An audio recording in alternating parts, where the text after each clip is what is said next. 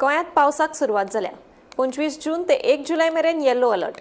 वारो वादळा सयत उटंगाराचो पावस पडपाची शक्यताय हवामान खात्यान उक्तायल्या।